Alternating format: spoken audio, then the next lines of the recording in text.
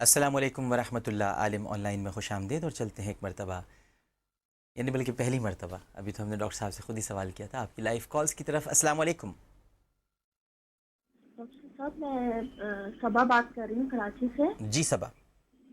Hello جی صبا، میں سن رہا ہوں آپ کو۔ ڈاکٹر صاحب میرا سوال ہے کہ قرآن شریف ہر مسئلے کا حل جو ہے، ہر جو مسائل کا حل جو ہے قرآن پاک میں موجود ہے، بے تو شک۔ ہم اسے یعنی اپنی لینگویج جیسے ہماری اردو ہے، ہم اردو میں ترجمے میں اسے پڑھیں یا پھر عربی میں ہی پڑھیں گے تو اس کے فوائد حاصل ہوں گے ہمیں؟ اچھا اچھا، بالکل ٹھیک ہے، بہت اہم سوال ہے۔ جی ڈاکٹر صاحب۔ دیکھیں، قرآن مجید کو عربی زبان میں نازل کیا گیا ہے۔ انا انزلناہ قرآنا عربیا لعلکم تعقلون۔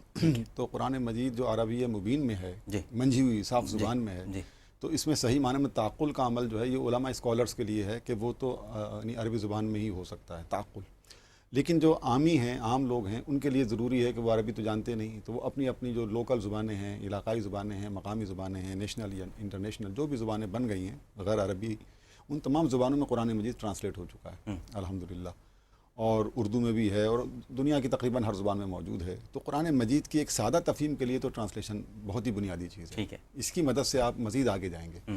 اور پھر صرف ٹرانسلیشن بھی کافی نہیں ہوتا، بلکہ ٹرانسلیشن کے بعد خود ضرورت محسوس ہوتی ہے اس کی تفسیر کی۔ تو اسی مسئلے کو حل کرنے کے لیے علماء کرام نے تفسیریں لکھی ہیں، کئی والیوم میں لکھی ہیں، 100 جناب والیوم بھی موجود ہیں لوگوں نے اس سے بھی زیادہ کام کیا ہوا ہے۔ تو جس کو جو زبان آتی ہے کم از کم کلام الہی کو سمجھے ضرور، یہ ہے مسئلہ۔ قرآن مجید کو عربی میں پڑھنے سے برکت حاصل ہوتی ہے، اللہ تعالیٰ کا کلام ہے، اس زبان کو پڑھتے ہیں جو زبان رسول اللہ نے پڑھی ہے، اس میں کوئی شک نہیں ہے۔ اس طرح ہم ایک ہم آہنگ ہو جاتے ہیں اس آواز سے جو کبھی اللہ کے رسول صلی اللہ علیہ وسلم نے پڑھا ہے، آج ہم انہی کی اتباع میں وہ الفاظ ادا کر رہے ہیں، لیکن اس کی تفہیم بھی تو ضروری ہے۔ تو قرآن مجید چونکہ سمجھنے کے ہمارے لیے آیا ہے، ہم نے اس کو جاننا ہے اس میں لکھا کیا ہے، تو اس کے لیے ہم اپنی زبان میں جو علماء نے کام کیا ہے وہ یعنی ہمیں یہ دونوں کام کرنے چاہیے، دونوں کام کرنا ہے، عربی میں دونوں کی بھی بہت پڑھنا چاہیے اور دونوں ہمارے لیے ضروری کی ہے۔ اہمیت۔ بالکل ٹھیک ہے۔ السلام علیکم۔ السلام علیکم وعلیکم السلام۔ ڈاکٹر صاحب، میرا سوال ہے، میرے ہسبینڈ نے قرآن شریف نہیں پڑھا ہے، تقریباً 8 سپارے پڑھے ہیں، جی اور میں چاہتی ہوں کچھ ایسا ہو جائے کہ وہ قرآن شریف ختم کر لیں، ان کا دل اس طرف ہو جائے۔ اچھا، تو آپ نے کبھی ویسے کوشش کی، آپ نے بات؟ ان کو کافی کرنا چاہیے کہ کے ساتھ قرآن شریف پڑھی ہوں، ماشاء اللہ اتنا اچھا پڑھی ہوں قرآن شریف، میں چاہتی ہوں کہ وہ پڑھ لیں کسی طریقے سے نا۔ تو آپ نے تو ماشاءاللہ پڑھا ہوا ہوگا۔ میں پڑھتی ہوں اور وہ مجھے تلقین کرتی کہ تم پڑھا کرو، اللہ کیا جواب دے، میں ہوں، اللہ مجھ سے پوچھے گا کہ بیوی کو تم نے، میں کہتی کہ میں تو پڑھتی ہوں، آپ بھی پڑھیں، نماز تو پڑھتے ہیں وہ۔ اچھا اچھا، ماشاءاللہ۔ اور میں چاہتی ہوں کہ قرآن شریف بھی وہ پڑھ لیں۔ چلیں، ابھی سن رہے ہیں وہ یا نہیں سن رہے؟ ابھی گھر پہ موجود نہیں ہیں؟ وہ تو آفس گئے ہوئے ابھی۔ اچھا چلیں ٹھیک ہے، لیکن یہ پروگرام ریپیٹ بھی ہوگا تو اب آپ ان کو بتا دیجیے گا ڈاکٹر صاحب کیا فرماتے ہیں۔ میں ڈاکٹر صاحب کے سامنے سوال رکھ رہا ہوں۔ جی ڈاکٹر صاحب۔ ماشاءاللہ ہسبینڈ صاحب جو ہیں ان کو یہ شعور تو ہے کہ وہ اللہ کی بارگاہ میں جواب دیں، جی جی، خود یہ بیوی کو بھی کہہ رہے ہیں اور نماز بھی کہ پڑھتے میں ہیں، اپنے عمل کا خود ذمہ دار ہوں، تم پڑھا کرو، تم پڑھا کرو۔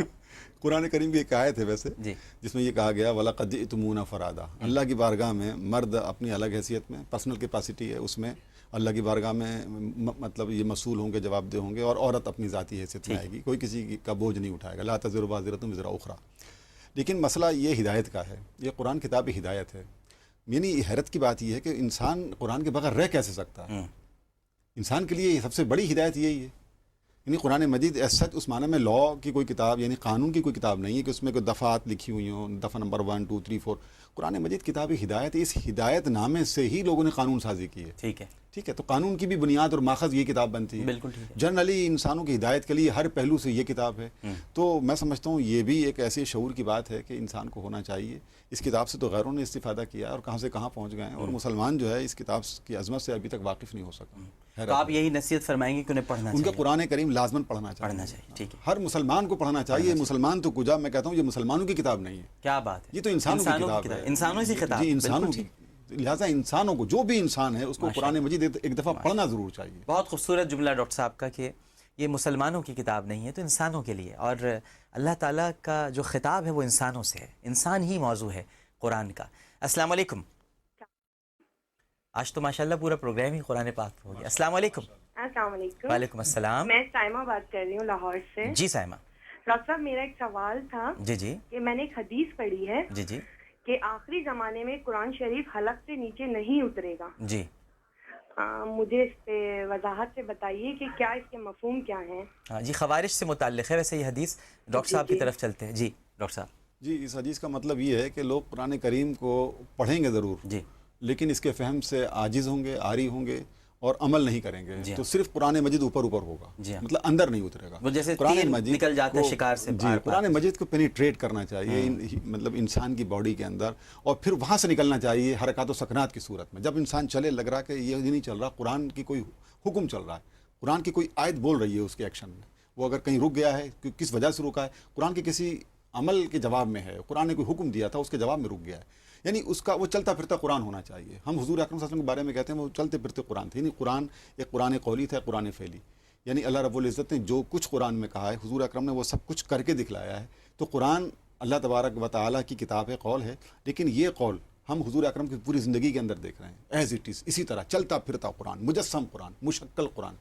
تو ایک مومن جو ہوتا ہے وہ قرآن کو اپنے اندر ایبزورب کرتا ہے، اس طرح ایبزورب کرتا ہے کہ اس کے چلنے اور پھرنے سے، اس کی ایکٹیویٹی سے، اس کی جتنی بھی چیزیں ہیں اس سے لگتا یہ ہے کہ قرآن کریم کی کوئی آیت واضح ہو رہی ہے، کوئی حکم واضح ہو رہا ہے، کوئی نہیں واضح ہو رہی ہے.